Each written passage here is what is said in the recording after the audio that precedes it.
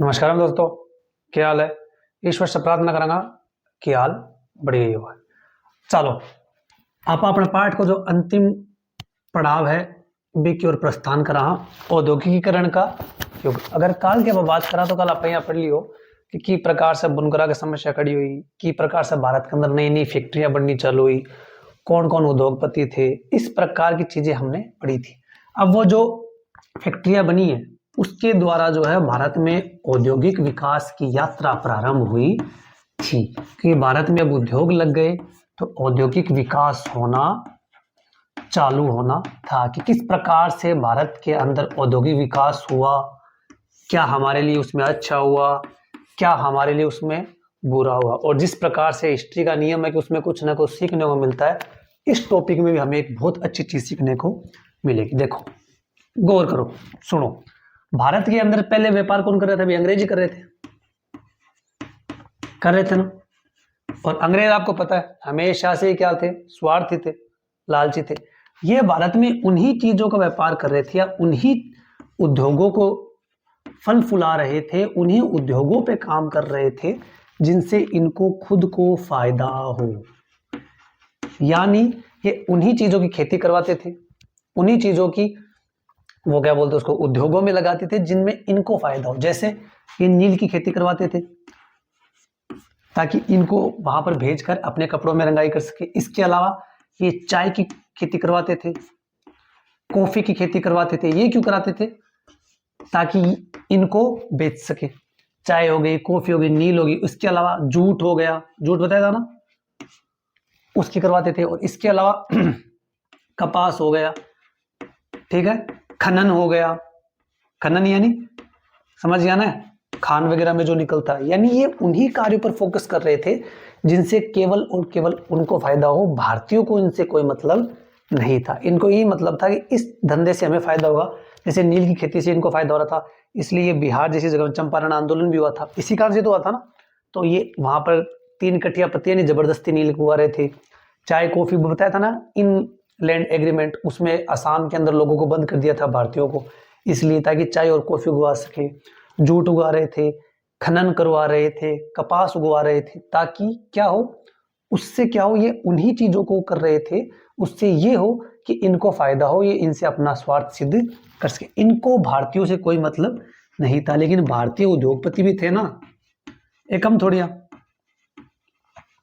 ये बोले ठीक है कोई बात नहीं, ये भी बैठे बैठे देख रहे थे। इन्होंने क्या किया, इनमें से किसी भी फील्ड को जो है वो छेड़ा ही नहीं।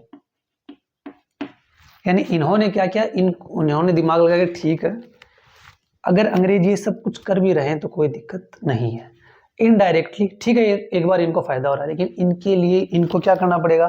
जैसे अगर ये चाय कॉफी उगवा रहे हैं तो ये क्या करेंगे, उस क्षेत्र में जो लोग हैं उन लोगों की तरह ले जाएंगे। चलो उनको यातना भी दे रहे हैं, लेकिन वहां पर किस प्रकार से फैक्ट्रियों की प्रोसेसिंग हो जाएगी, किस प्रकार से लोगों को चाय का पूरा पता चल जाएगा। यानी कहीं ना कहीं ये जाएंगे, जब जब भी ये भारत को छोड़कर जाएंगे तो अपनी बनाई फैक्ट्रियों को साथ थोड़ी ले जाएंगे। क्योंकि जो चर्च अंग्रेजों ने उसमें बनाए थे भारत के अंदर, जो संसद उन्होंने बनाई थी, वो अपने साथ थोड़ी ले गए, छोड़ के तो भारत में जाएंगे ना। यही इन्होंने दिमाग लगाया था कि अगर ये कुछ कर रहे हैं तो करने दो। ये क्या करेंगे, अगर अंग्रेज इसमें करेंगे तो ये अलग अलग तकनीकी लाएंगे, अलग अलग उन्नत तरीके लाएंगे, जिससे क्या है, इन चीजों का विकास हो। अगर इन चीजों का विकास हो गया तो जब ये जाएंगे तो ये किसके काम आएगी, हमारे ही काम आएगी। अगर अभी हम इनको छेड़ देंगे तो ये हमारा कुछ भी जो है होने नहीं देंगे, हमें बराबर कर देंगे। इसलिए ये जो कर रहे हैं इनको करने दो, हमें तो क्या करो, अपना ही परंपरागत काम करो। या करने लगे, जो इनका धागा बन रहा था कपास का, अब इनकी जगह बेचने लग गए चीन को। किसको बेचने लग गए? चीन को। और मौके की तलाश में थे, मौके की तलाश में थे। और वो मौका मिला भी। कैसे मिला? वो मौका मिल गया इनको स्वदेशी आंदोलन में। किसमें? स्वदेशी आंदोलन में। ये आंदोलन जो है हमने थोड़ा थोड़ा पढ़ा था, पूरा अच्छे से तो नहीं पढ़ा था, और यहाँ पढ़ेंगे भी नहीं ढंग से, लेकिन ये देख लो, स्वदेशी आंदोलन, इनको ये मौका मिला था स्वदेशी आंदोलन में। कैसे मिला था उसकी बात करते हैं। देखो, स्वदेशी आंदोलन में क्या हुआ था, ये हमने पढ़ा था ना। इसके अंदर क्या हुआ था, कपड़े का बहिष्कार किया गया था। याद हो तो याद करो, कपड़ों की होली जलाई गई थी ना, कपड़े की होली जलाई थी। किसकी? विदेशी कपड़ों की। याद करो, याद आ रही कि नहीं की? लगाओ लगाओ, दिमाग पर जोर लगाओ। विदेशी कपड़े की होली जलाई गई थी स्वदेशी आंदोलन में। याद आ गया ना, बंगाल विभाजन हुआ था उस समय जो आंदोलन हुआ था, इसके अंदर क्या हुआ था, विदेशी कपड़ों की होली जलाई गई थी। तो अरे जब विदेश का कपड़ा जल रहा है, पहनने को कपड़ा तो चाहिएगा, नहीं चाहिएगा? ऐसे योग आंदोलन में जाओ, थोड़ा थोड़ा घूमो अंदर। उन्होंने कपड़ा नहीं जलाया था क्या? खादी पहनना प्रारंभ किया था शहरों के अंदर, याद करो। तो जैसे ही विदेशी कपड़ों की होली जलाई जाएगी, पहनने को कपड़ा तो चाहिएगा, और यही भारतीय कपड़ा व्यापारियों को मिल गया मौका। इन्होंने क्या किया, कपड़े बनाने प्रारंभ कर दिए, चलो आपा कपड़ों बनाऊंगा। और इसके साथ साथ जो है इन्होंने क्या किया, जो उद्योगपति थे भारत की, इन्होंने क्या किया, जो अंग्रेजी सरकार थी, जो भी ब्रिटिश रूल कर रहे थे, उन पर भी दबाव डाला कि आप क्या करो, हमें छूट दो,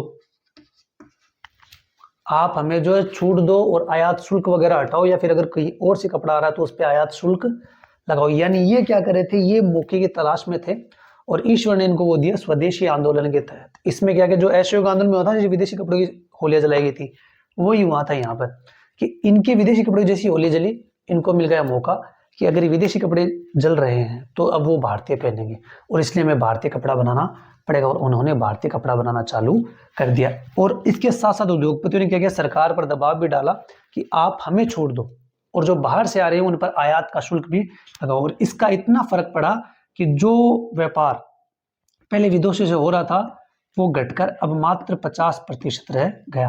यानी पहले जो व्यापार हो रहा था, अब उसका आधा व्यापार होने लग गया। जैसे एक बार मानो कि अगर पहले बाहर से 1000 कपड़े आ रहे थे, तो इसके बाद मात्र 500 कपड़े आने लग गए। एक काम इन्होंने किया, यानी औद्योगिक विकास की यात्रा जो चली थी, इसके अंदर हम देखें तो प्रारंभ में ही जो है ईश्वर हमारे पक्ष में था, और इन्होंने जो है भारतीयों को पहला मौका दे दिया था, जिसके तहत उन्होंने क्या किया, उनका कपड़ा आधा तो कर दिया। एक बोले ना स्टार्ट, शुरुआत, प्रारंभ, वो तो इनको मिल गई थी। देखो प्रायवाची भी करा दिया हमने, स्टार्ट, शुरुआत और प्रारंभ, ले भाई तीनों आवे ना हो बा, तारी किस्मत लेकिन करा तो दिया ना। यानी क्या, इनको एक मौका तो मिल गया था, एक प्रारंभ तो मिल गया था। अब दूसरी घटना हुई जिसमें तो ये मान लो कि भारतीयों ने इनको कहीं का नहीं छोड़ा। प्रथम विश्व युद्ध, बहुत बार आ रहे हो नाम, प्रथम विश्व 1914 से 1918। इसमें क्या हुआ, चिन्ह भी लिखूंगा ताकि थारे बार बार आंखें का गया हुआ है तो थारे याद हो। 1914 से 1918 प्रथम विश्व युद्ध। इसमें क्या हुआ था, अब आपको पता है ये ब्रिटेन किया था, यानी ब्रिटेन इसमें साथ था। तो ब्रिटेन ने क्या किया, इनके जो उद्योग थे, इनकी जो फैक्ट्रियां थी, उनमें ये जो सामान बना रहे थे, अब वो किसके लिए बना रहे थे, वो बना रहे थे सैनिकों के लिए। यानी सैनिकों की जो जरूरत थी, उसी के आधार के जो चीजें हैं वो विदेशों में, ब्रिटेन में बन रही थी। यानी ब्रिटेन में वही चीजें बनाई जा रही थी जो सैनिकों के काम आ सके, सैनिकों की जरूरतों को पूरा कर सके। जैसे मान लो हथियार है वो बन रहे थे, जैसे यूनिफॉर्म थी वो बन रहे थे, या मान लो कि उनको खाना खाने के लिए जो प्लेटें चाहिए वो बन रही थी। यानी उन्हीं चीजों को बनाया जा रहा था जो सैनिकों के काम की, और जो काम था उसको बंद कर दिया था। और यहाँ पर मिल गया भारत को मौका, भारत को यहीं पर मिल गया मौका। ये 4 साल वहां लगा रहा, और इस 4 साल में भारत ने क्या किया, अपने जो उद्योग है वो विकसित कर लिए। अपने जो उद्योग है वो बेहतरीन तरीके से विकसित कर लिए, चाहे वो कपड़े का हो या कोई भी हो। और इसके साथ साथ यही नहीं रुके, जब इनके उद्योग बड़े एस्टेब्लिश हो गए तो अपने साथ साथ जो है, जो ब्रिटेन में जो सैनिक थे, इनकी जरूरतों का सामान भी बनाने लगे। यानी अब ब्रिटेन के सैनिकों को जो सामान है वो कहाँ से जा रहा था, भारत से जा रहा था। बात समझना गौर से, बहुत इंटरेस्टिंग बात है। देखो यानी भारत ने क्या किया, जैसे ही प्रथम विश्व युद्ध चालू हुआ, ब्रिटेन ने क्या किया, अपने उद्योग के जितना सामान था, उद्योग का जो मुख था वो मोड़ दिया सैनिकों की जरूरतों को पूरा करने के लिए। और भारत को मिल गया यहाँ पर मौका कि अब ये इधर ध्यान नहीं दे रहा कि कैसे व्यापार हो रहा है, क्या नहीं हो रहा। और इसने क्या किया, अपने स्वयं के उद्योग विकसित कर लिए और अच्छे अच्छे बढ़िया बढ़िया उद्योग लगा लिए। इसके साथ साथ जब उन उद्योगों में अच्छे से काम चलने लग गया, तो इन्होंने क्या किया, अपने साथ साथ ब्रिटेन के सैनिकों को जिस चीज की जरूरत थी वो भी बनानी चालू कर दी, ताकि क्या करे, ब्रिटेन जो है वो अब हमसे माल खरीदे। गौर सुनना, ब्रिटेन अब किससे माल खरीदे, हमसे माल खरीदे। देखो इसको बोलते हैं दिमाग।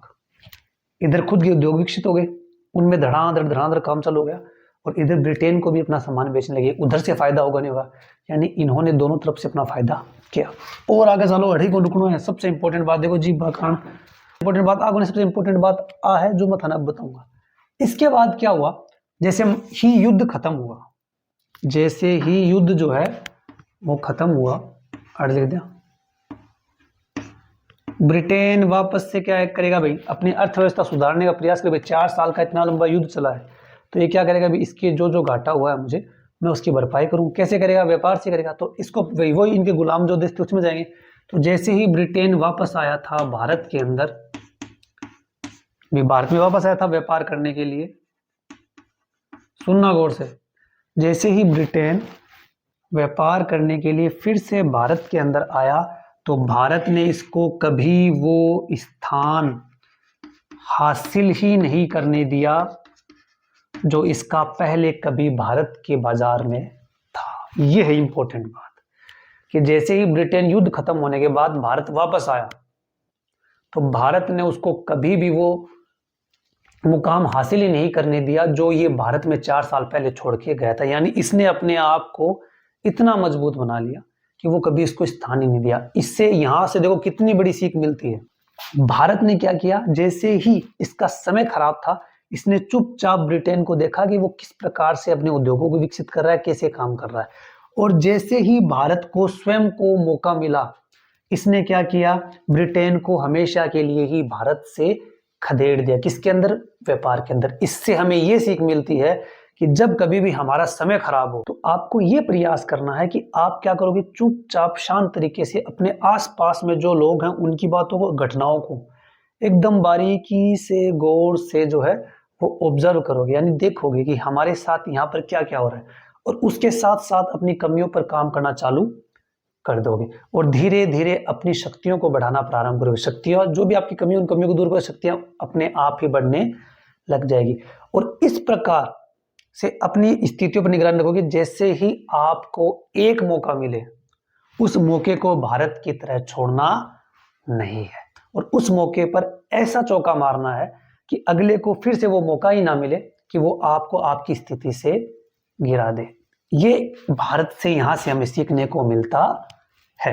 अब चलो आगे, कि भारत ने उसके बाद क्या किया, कभी इसको भारत बाजार में वो स्थान ही नहीं लेने दिया जो इसने प्रथम विश्व युद्ध के बाद खो दिया था। अब इतना ज्यादा भाई ऐसा क्या हो गया भारत के अंदर कि 4 सालों में इसने वो मुकाम हासिल कर लिया कि अब लोग वहां पहुंच ही नहीं पा रहे हैं जहां पर, मतलब ब्रिटेन जैसा जो देश है जो पहले भारत में व्यापार करता था, उसमें ऐसा क्या हो गया कि उसको उसने स्थान ही नहीं लिया बाजार में। उसका कारण था भारत के लघु उद्योग, यानी छोटे छोटे उद्योग।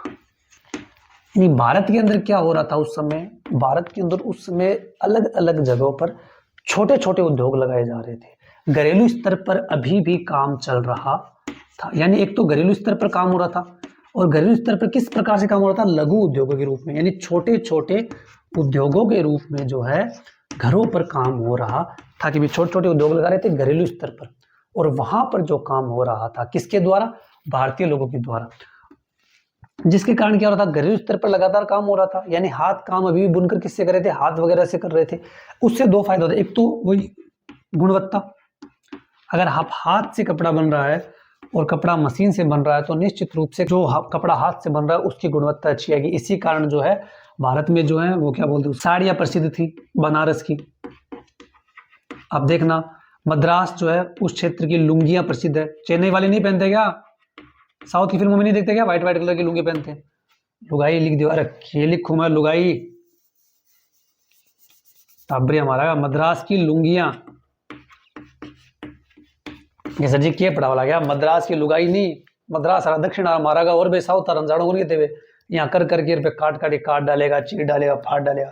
तो मारा और मद्रास थारी लुगाई की बात हम कर रहे हैं, मद्रास की लुंगियां की बात कर रहे हैं, कि मद्रास की जो लुंगियां है वो और साड़ियाँ जो है ये फेमस थी। क्यों, बॉर्डर वाली जो साड़ियाँ थी ना, बॉर्डर पर जहाँ बॉर्डर टाइप से बनाया गया करता, मन तो ज्यादा बेरो को नहीं साड़ियाँ को, तो जो साड़ियाँ थी वो साड़ियाँ भी फेमस थी। क्यों, क्योंकि ये सारा काम हाथ से हो रहा था। इसके अलावा एक तो ये, दूसरा ये उस समय जो है इसका प्रभाव ये देख कि 1900 से 1940 यानी मात्र 40 साल के अंदर घरेलू स्तर पर इतना कपड़ा बना कि जो कपड़ा पहले बन रहा था उससे 3 गुना कपड़े का उत्पादन जो है वो बढ़ गया। अब देखो कितनी जोर की बात है, सोचो गौर से। यानी क्या हुआ, एक तो घरेलू स्तर पर भी ऐसा क्या हुआ कि भारत के जो लघु उद्योग थे वो लगातार फल फूल रहे थे। क्यों वो फल फूल रहे थे? उसका एक कारण था कि घर पर काम हो रहा था, घरेलू स्तर पर काम हो रहा था, यानी घर पर ही लोग काम कर रहे थे। उससे एक फायदा ये होता है कि भाई अपना जो माहौल, जब हम काम करते हैं उसमें कंफर्टेबल रहते हैं, यानी माहौल अच्छा हो, जिन मतलब सुकून पसंद माहौल, अगर वो होता तो काम करने में मजा आता है। तो उससे क्या काम अच्छा होता था, यानी क्वालिटी का काम होता था। जैसे साड़ियाँ हो गई, मद्रास की लुंगियाँ हो गई, वो फेमस हो गई थी। और उसके अलावा गुणवत्ता में फर्क पड़ता है। साड़ियाँ जो थी और मद्रास की लुंगियाँ थी वो प्रसिद्ध थी, क्यों? क्योंकि वो उनका काम हाथों से हो रहा था। इसके अलावा आप देखो तो 1900 से 1940 यानी मात्र 40 सालों के अंदर जो है भारत में जो कपड़ा है वो 3 गुना स्पीड से बनना चालू हो गया, क्योंकि घर पर हो रहा था। अब जब 3 गुना तेजी से हम कपड़ा बनाएंगे तो क्यों आने देंगे ब्रिटेन को वापस? आप बात समझ रहे हो ना?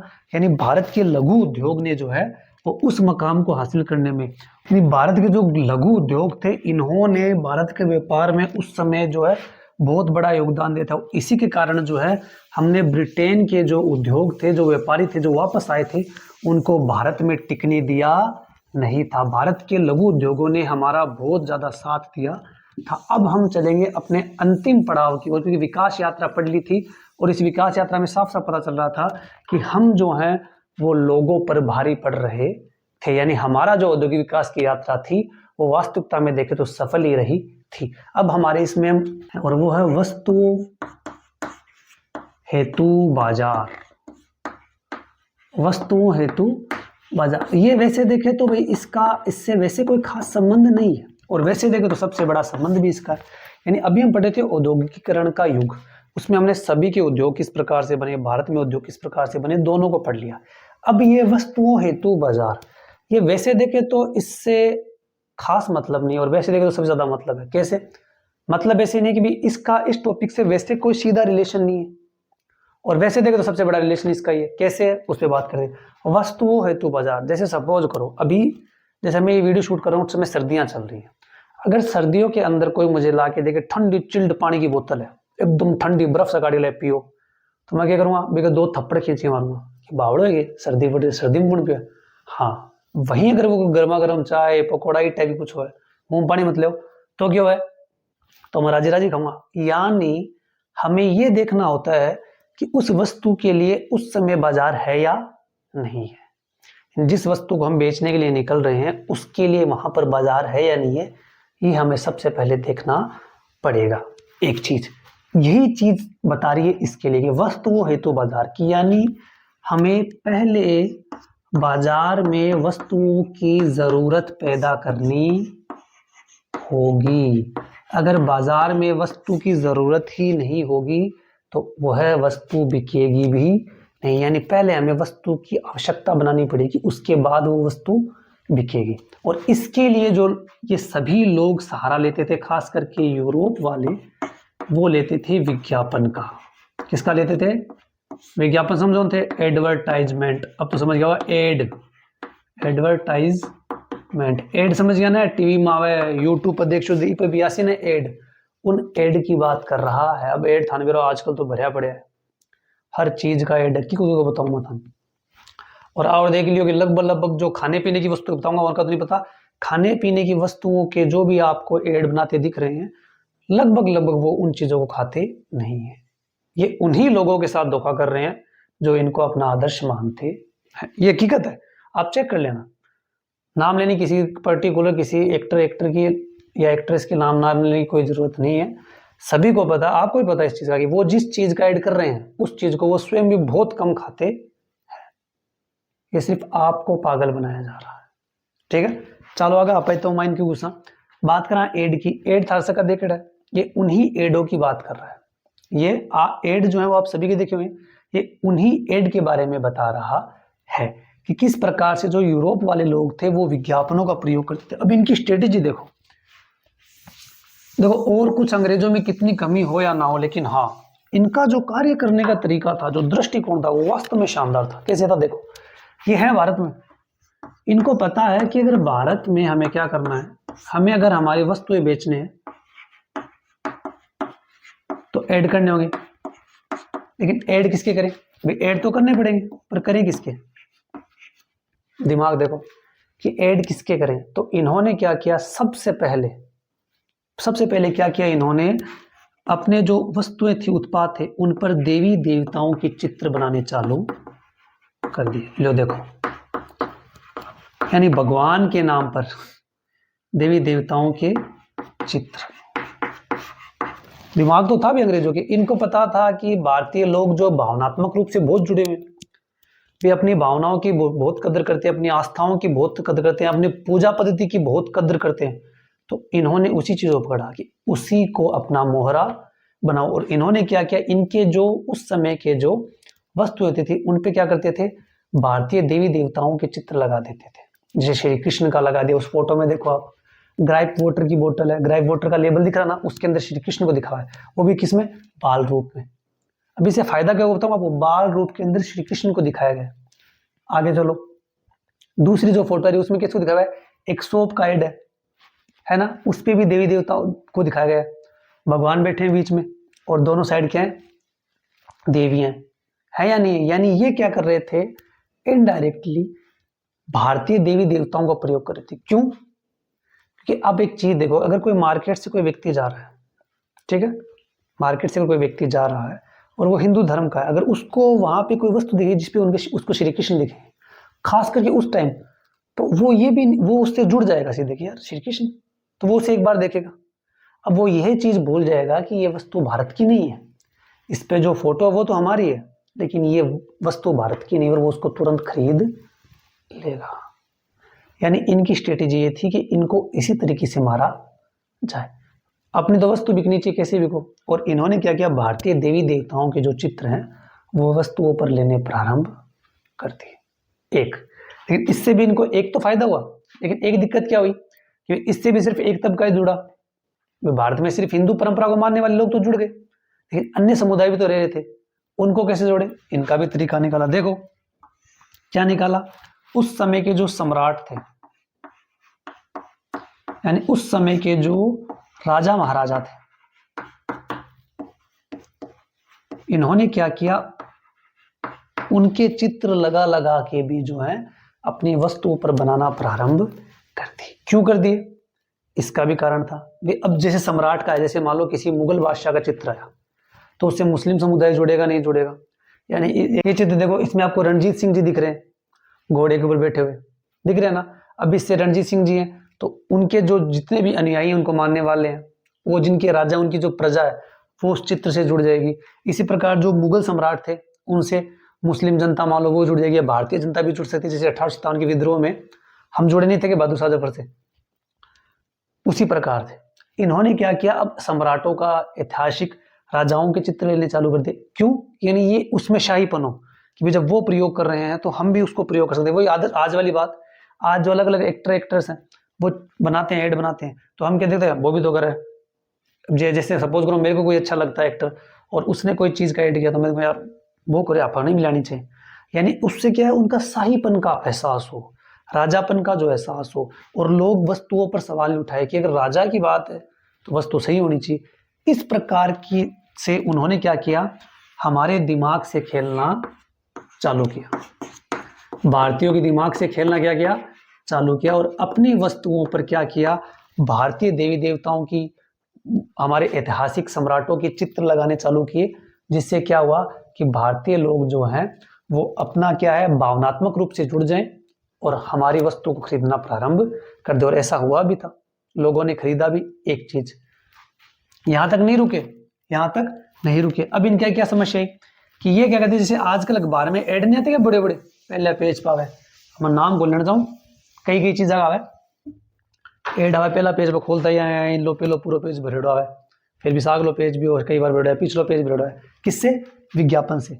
अब इनके जो विज्ञापन थे वो उस समय अखबार में आ रहे थे, बात तो सही, अखबार में विज्ञापन आ रहे थे। अब अखबार या मैगजीन वगैरह, मैगजीन मान लो पत्रिका बोला जनाबा, इनमें आ रहे थे, तो इनका प्रयोग कौन करते थे, पढ़े लिखे लोग। ये पढ़े लिखे लोग थे वही तो अखबार वगैरह पढ़ेंगे। अब जो अनपढ़ थे वो अभी भी इनकी पहुंच से दूर थे। और उस समय का अगर आप भारत देखोगे तो उसमें काफी ज्यादा संख्या में अनपढ़ लोग थे। तो अंग्रेजों की एक समस्या और आ गई कि इतना खर्चा कर दिया, देवी देवता भी ले आया, ऐतिहासिक राजा भी ले आया, लेकिन काम भाई भी तो चाल रहे मुझे तो चालना चाहिए, अनपढ़ लोग ज्यादा है, तो क्या करा? तो इन्होंने निकाला दूसरा दिमाग। क्या निकाला? अब अगला देखो, अगला निकाला कैलेंडर। लो, आकर दी कमी पूरी। अब आपको पता है कैलेंडर ऐसी कौन सी जगह जहां नहीं चिपका होता, यानी अगर आप किसी भी सरकारी दफ्तर में जाओगे, वहां चाय की दुकान पर, जो भी जगह पे आप जाओगे आपको कैलेंडर मिलेंगे मिलेंगे, घर पे भी मिलते हैं।